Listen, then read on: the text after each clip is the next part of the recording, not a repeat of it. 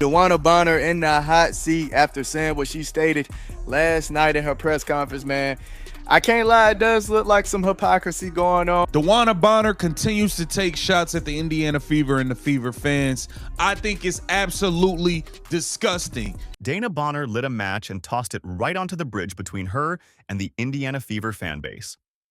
In a jaw-dropping ESPN interview, she stared into the camera, calm as ever, and said the words no loyal supporter ever expected to hear. "I wouldn't change a thing." Let that sink in. After months of missed games, questionable absences, and a whirlwind exit from the team that gave her a fresh start, Bonner doubled down. No regrets, no apologies, just vibes. I wouldn't do anything differently. I think my journey is my journey, and I'm going to accept that. It carried me to where I am in Phoenix, and it happened that way for a reason. I mean, really, that is a wild statement. You stole that money from Indiana. You signed up for that bread and didn't deliver. You didn't show up for work. You made up bullcrap excuses to not be at work. It wasn't just tone deaf. It was a slap in the face. Here was a veteran player who inked a six-figure deal, took checks, skipped games, and then vanished when things got tough. And yet, when given the national spotlight to reflect, she chose arrogance over accountability. For fans who had spent their hard-earned money on tickets, jerseys, and blind faith, it felt like betrayal wrapped in ego. And that one quote was just the beginning of a story far messier than anyone imagined. Came over here, she signed a max contract. She knew Phoenix didn't have the bread. She got 80 here and went and got the rest over there. I think it's trash. I wouldn't do anything differently. You took 80 grand from the Indiana Fever. You could have just signed. Like, that's one of the things, like, I don't understand why you take these interviews. I don't understand why someone would take an interview and say that, when the reality is that all you did was took a whole bunch of money from a team to not show up. Let's rewind. Dana Bonner joined the Indiana Fever on a high note. Max contract, veteran experience. A chance to mentor a young, exciting squad built around rising stars like Caitlin Clark. But as quickly as she arrived, things began to unravel. Within weeks, Bonner missed 5 consecutive games, citing personal reasons with no clear explanation. But behind the scenes, rumors swirled. This wasn't about wellness or family. It was strategy. You refused to show up to work while receiving money, while taking payment. You refused to show up and do the job. And let's be clear, you wasn't even good while you was here. You was shooting threes hitting the side of the backboard. But this is definitely going to be a part of her history, man. Because the new wave is taking over. These new fans are watching. So at the end of the day, yeah, it's going to be a part of her history, unfortunately, man. While fans waited, Bonner quietly disconnected. Team activities? Ghosted? Press availability? Silent? On-court effort? Minimal. The same woman who was welcomed as a leader appeared to be orchestrating her exit in real time. And the most painful part? She cashed every single check on her way out. Over $200,000 paid for part-time appearances, lukewarm effort, and eventually a disappearing act. That's not a tough season. That's what some fans are calling a scam. This is DeWanna Bonner. I wouldn't do anything differently. I think my journey is my journey. I'm going to accept that. It carried me to where I am now in Phoenix, and it happened that way for a reason. It didn't happen that way for a reason. You forced yourself out of Indiana, DeWanna. Before we go deeper into the betrayal, here's something you can do right now to keep real stories like this alive. Subscribe to the channel if you haven't already. It's free, and it helps this community grow so we can keep exposing the drama they don't want you to see. Smash that like button, leave a comment below with your thoughts on Bonner's actions, and tell us, was this a calculated move or a betrayal of trust? I just don't understand this. I don't understand why DeWanna Bonner is taking these interviews at this point in time. Because I'm like, look, you're in Phoenix. You've got what you wanted. You've got what everyone expected you wanted all along. Everything's gone your way. Indiana haters are going to love you because you screwed over the Fever. They're going to love you because you screwed over the Fever. Phoenix Mercury fans are going to love you. Rival fans are going to love you because you basically screwed over the Fever. Fever fans are going to hate you because you screwed over the Fever. This wasn't just a bad trade. This wasn't an athlete leaving in free agency. This was emotional fraud. Indiana Fever fans didn't just support Bonner. They embraced her. She was hailed as a missing piece, a mentor, a champion of the culture. Social media lit up with excitement. Bonner jerseys flew off the shelves. Kids showed up in the stands wearing her number, hoping to see greatness. Instead, they got a no-show and a cold goodbye. First of all, the fans are the victim. The organization was the victim here. Like, why are we sitting here, she up in these articles like she was a victim, like she did, like something was done wrong? No, the fans are a victim. They welcome you with open arms. They embraced you, and you turned your back and you quit. It's that simple. You quit. You refuse to show up to work. You wasn't hurt. You wasn't sick. It wasn't a personal fit. No, you just didn't want to be on the team no more. And while Bonner now sits comfortably in Phoenix, rewriting the narrative, Indiana fans are left picking up the pieces. Their franchise planned around her. The front office restructured contracts, roles were adjusted, hope was sold. What they received was far from veteran leadership. It was a slow-motion betrayal, fueled by silence and a growing sense that she never intended to stay. Loyalty isn't just a word in sports, it's the foundation. And Dana cracked it in one season flat. You came here, you stunk it up, and then you got benched. Just because you was okay with coming off the bench in another situation, don't mean you was okay with coming off the bench in this situation. So I want to know, what's the real? What's the real? Because you can't say, while you was here, you said, oh, I've never played in front of this many fans. You were embraced by the fans.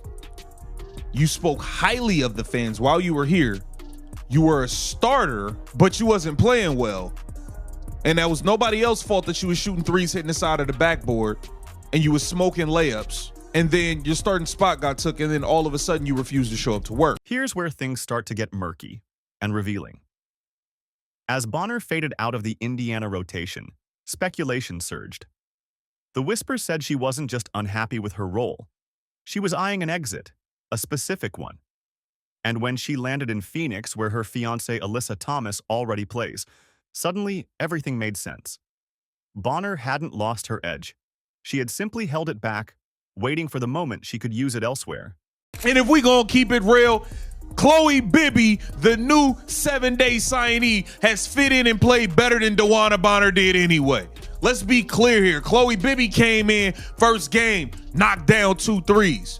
DeWanna Bonner first game versus the gum on the bottom of the shoe, Chicago Sky. We had to jump through hoops of fire and do all types of abracadabra magic tricks to get her to finally score to break that record. Her post-exit performances raised more than eyebrows.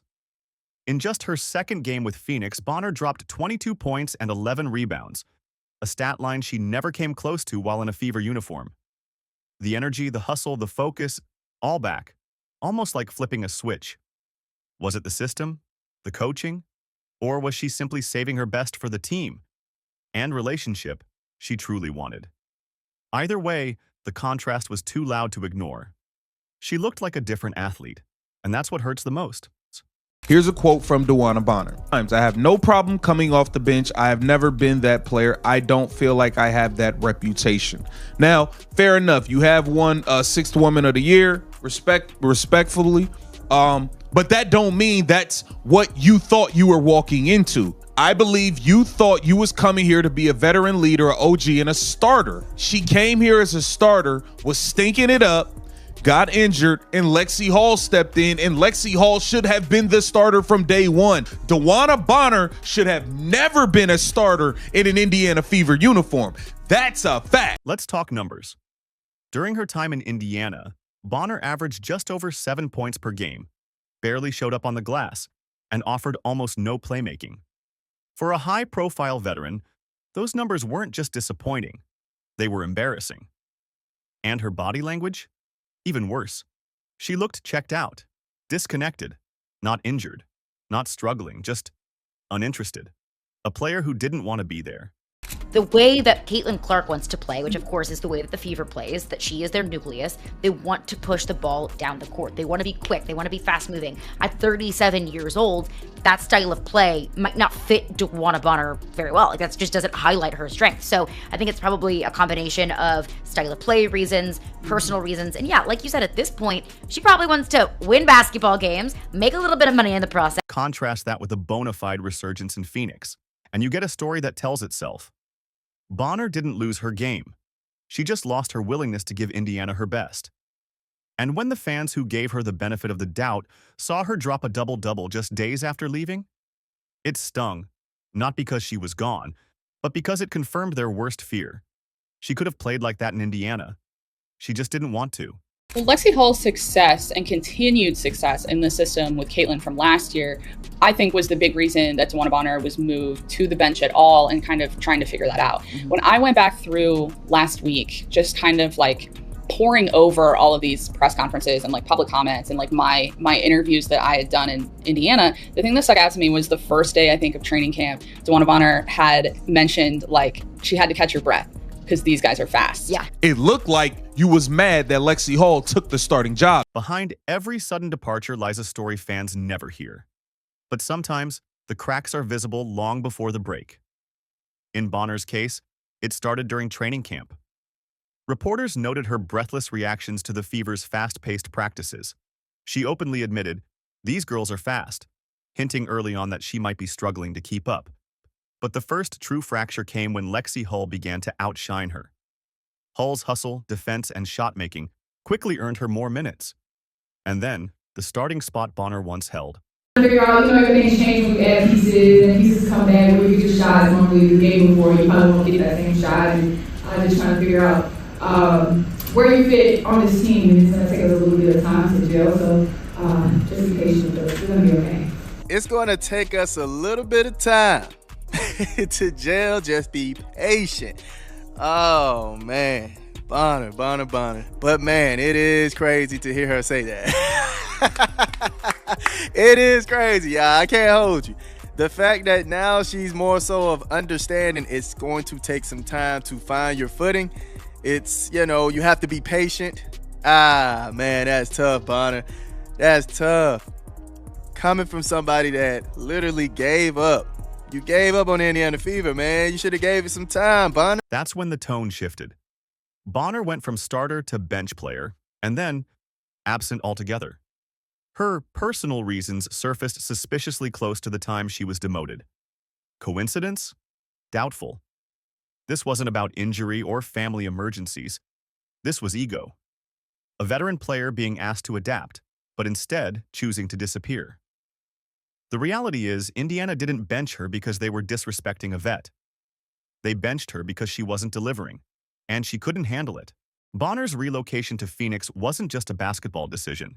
It was personal. With her fiancée, Alyssa Thomas, already playing for the Mercury, fans began to connect the dots. This wasn't a fresh start. It was a pre-planned reunion. Suddenly, her vague journey speech started making sense. When she said, "It happened for a reason," the reason wasn't basketball fit. It was proximity, comfort, and personal preference. And that's not inherently wrong. Athletes are human, and personal priorities matter. But here's the problem. She didn't just make a move. She manipulated a move. She faked effort, dodged accountability, and then repackaged it as destiny. That's what turns this from a player's choice into a professional con. Indiana became a stepping stone, a temporary stop to collect a paycheck while secretly plotting a soft landing in Phoenix. And she pulled it off flawlessly, while fans and teammates were left in the dark. For all the damage Bonner did, the silence from Indiana's front office might be worse. No statements, no clarity, no accountability. By refusing to explain how the situation collapsed, they've allowed speculation and resentment to fester. The fans deserve answers. So do the players who stayed behind, trying to build something real. But instead, it's been radio silence. And that silence screams incompetence.